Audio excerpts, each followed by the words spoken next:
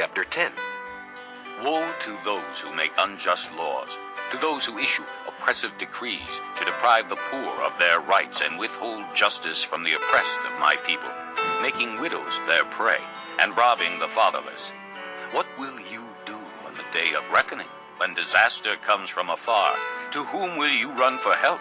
Where will you leave your riches? Nothing will remain but to cringe among the captives or fall among the slain. Yet for all this, his anger is not turned away. His hand is still upraised. Woe to the Assyrian, the rod of my anger, in whose hand is the club of my wrath. I send him against a godless nation. I dispatch him against the people who anger me, to seize loot and snatch plunder and to trample them down like mud in the streets. But this is not what he intends. This is not what he has in mind.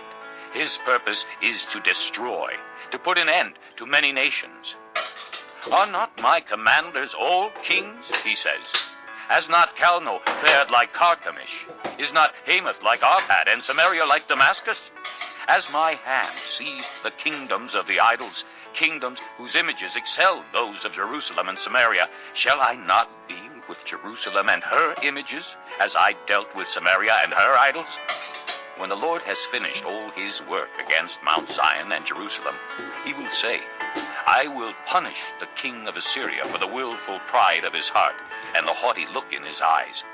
For he says, by the strength of my hand I have done this, and by my wisdom, because I have understanding. I removed the boundaries of nations. I plundered their treasures. Like a mighty one, I subdued their kings. As one reaches into a nest, so my hand reached for the wealth of the nations. As men gather abandoned eggs, so I gathered all the countries. Not one flapped a wing or opened its mouth to chirp. Does the axe raise itself above him who swings it, or the saw boast against him who uses it? As if a rod were to wield him who lifts it up, or a club brandish him who is not wood. Therefore the Lord Almighty, will send a wasting disease upon his sturdy warriors. Under his pomp a fire will be kindled like a blazing flame. The light of Israel will become a fire, their Holy One a flame. In a single day it will burn and consume his thorns and his briars. The splendor of his forests and fertile fields it will completely destroy, as when a sick man wastes away. And the remaining trees of his forests will be so few that a child could write them down. In that day, the remnant of Israel, the survivors of the house of Jacob, will no longer rely on him who struck them down, but will truly rely on the Lord, the Holy One of Israel. A remnant will return. A remnant of Jacob will return to the mighty God. Though your people, O Israel, be like the sand by the sea, only a remnant will return. Destruction has been decreed, overwhelming and righteous. The Lord Almighty, will carry out the destruction decreed upon the whole land. Therefore, this is what the Lord Almighty says.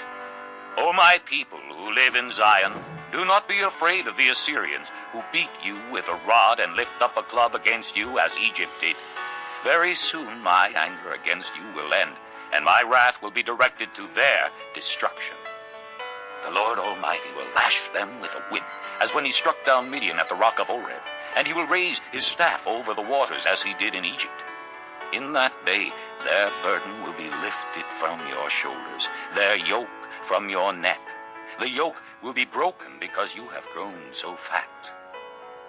They enter Aiah, they pass through Migron, they store supplies at Michmash. They go over the pass and say, we will camp overnight at Geba. Ramah trembles, Gibeah of Saul flees. Cry out, O daughter of Galim. Listen, O Laisha, pour